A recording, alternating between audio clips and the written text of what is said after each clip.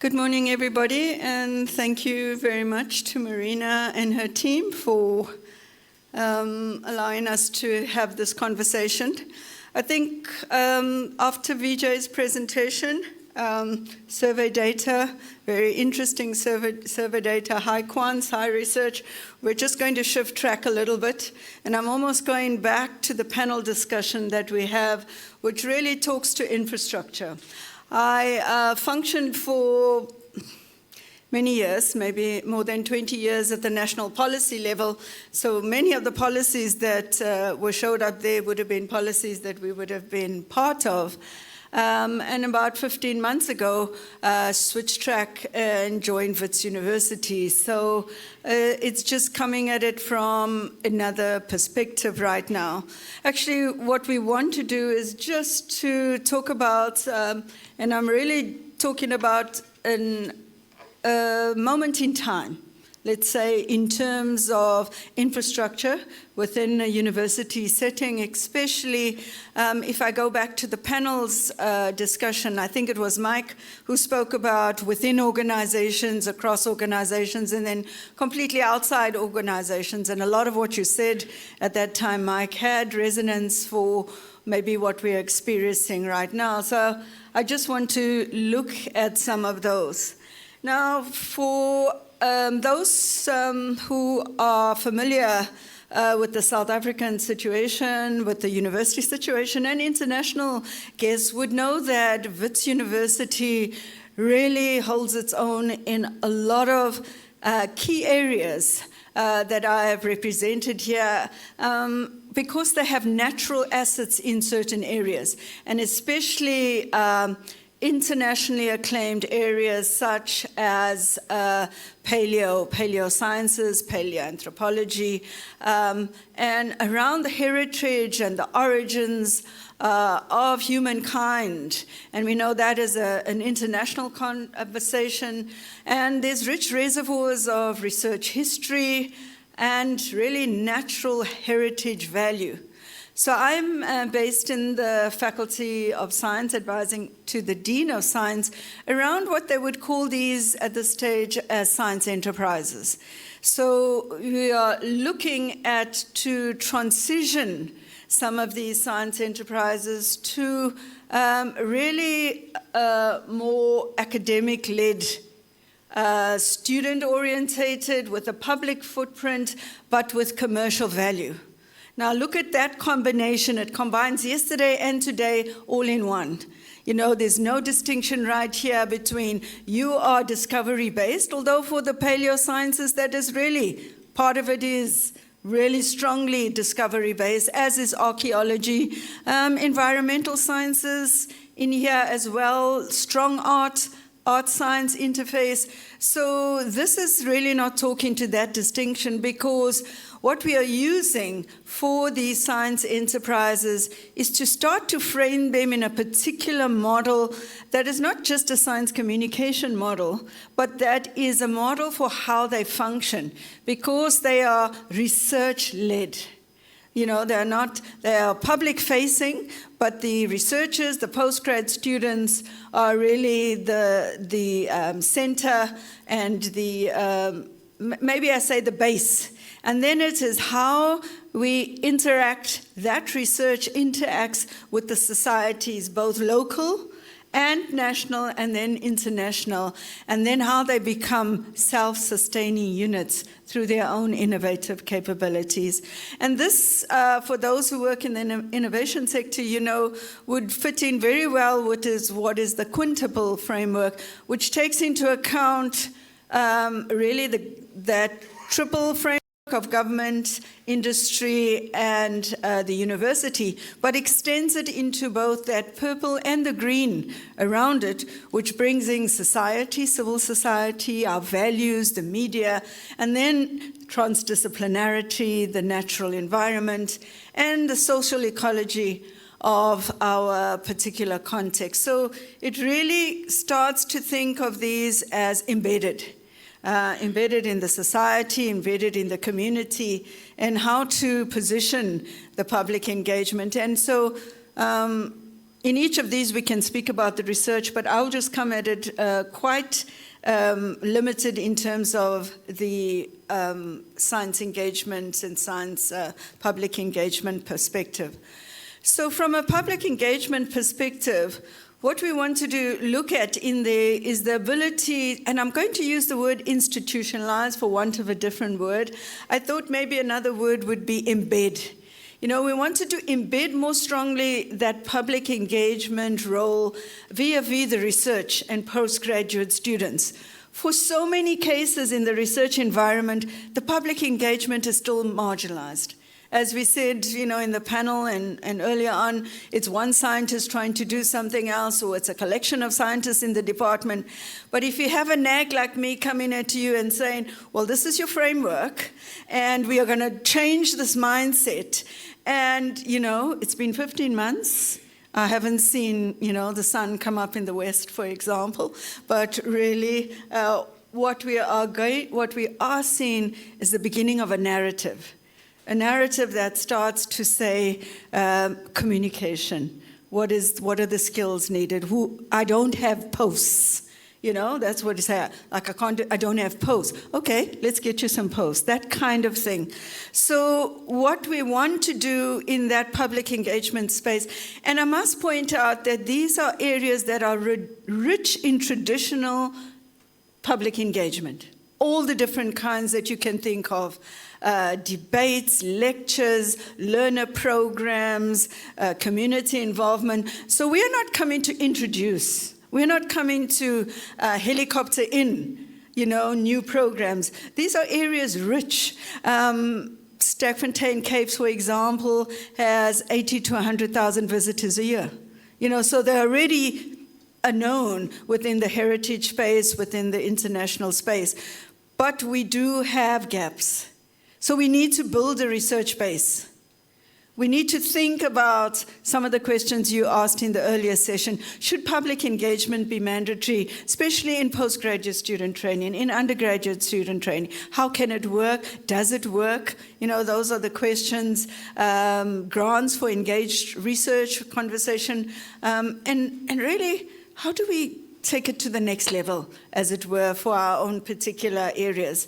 Strongly linked to a development agenda. I think this is what we said yesterday, and mostly because even though the goals of the university are excellent science, that remains the hallmark, I think, of most universities, is excellent science. But Wits's motto is Wits, full stop, for good. Now, the for good part doesn't just work if you only concentrate on the excellent science without having its translation for outcomes for society. And so the development agenda, and there I tell you the one that comes up time and time again is what came up yesterday, language inclusivity. Really, the language inclusivity. We have, as Vijay says, these 11 languages, but we aren't always able to meet those needs. Now, I'll go straight back to building the research base. And I'll just spend a little bit of time simply because it's a South African context, and you're sitting there from any of your international universities and you're like, I have 50 master's degrees, I have PhD, I have postdocs. But if you remember what Johan said in his introduction last night, we have 2 research chairs in science communication in our country in the last 10 years. He mentioned 2015. First one to Stellenbosch, and then to Rhodes University. Marina working mostly through Stellenbosch, and Janice leading in Rhodes University. Different ways of working, different emphasis. And I was on the policy side when those 2 came up, so very familiar with their genesis. But we have not had, and in over 200 plus research chairs, 2 in science communication in the more than 10 years. And so we really have a need to build a research base in science communication for the sector. They've done great work and they continue to do great work, but we have a country at need. I think, in terms of science communication. And I think somebody mentioned out there that this new one starts at Wits in 2025. It rolls itself out. And it is a little different to what is on the market right now, and I think that is good. I think the avenue, I've not been involved in it directly, but I think the avenue that's taken is a little bit different because, first of all, it's a master's in the Faculty of Science, but originating out of a museum culture, right? The Origin Center. The Origin Center, excuse me, being...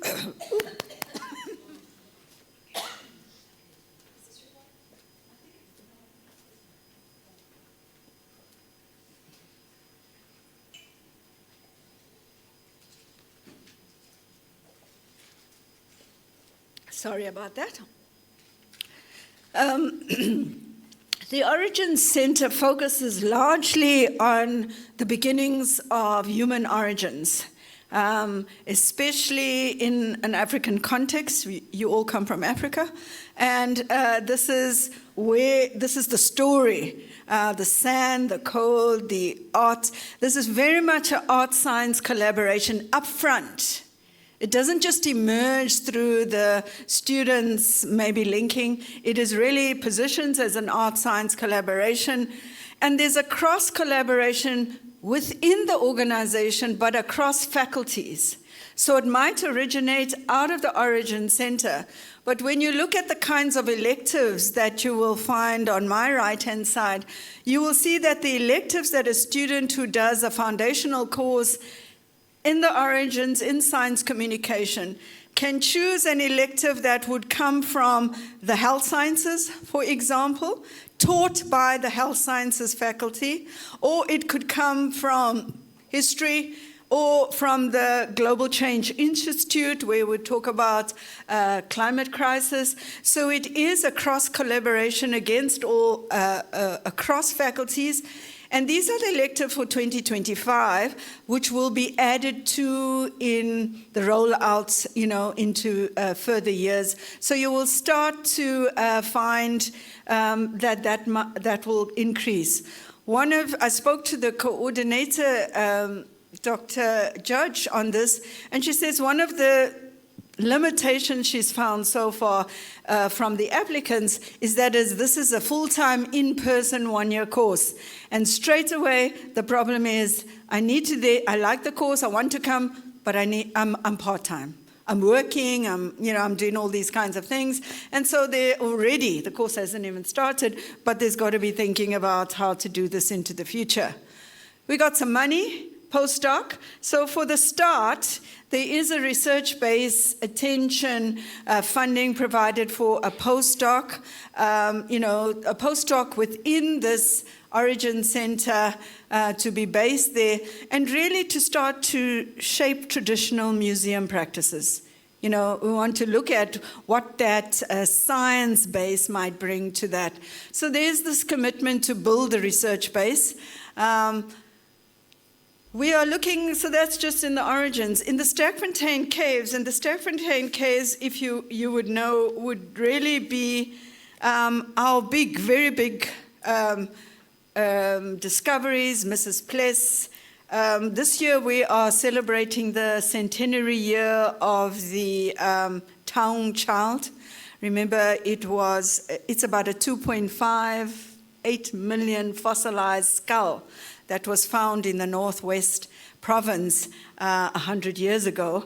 It is sitting at Wits right now, the original fossil, but there is some tensions with the community around that particular area. So you would find that we would start to move in each of these looking, and if you look at the caves themselves, as opposed to the museum, different types of infrastructure drawing in. Last Tuesday, we launched a brand new, revitalized digital dome, a planetarium that's gone wholly digital on campus. And it's usually when we think of a planetarium, we're just thinking of kids filing through all day. But it's really started on a interdisciplinary and transdisciplinary research program. And not in science communication, I might add, and that's just something I probably need to go back with, but it's...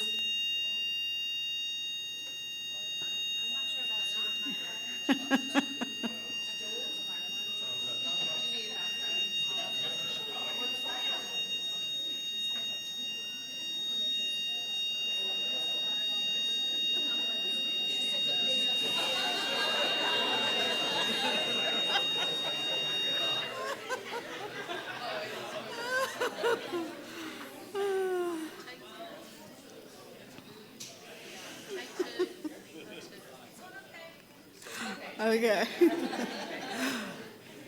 I just thought I set this place on fire.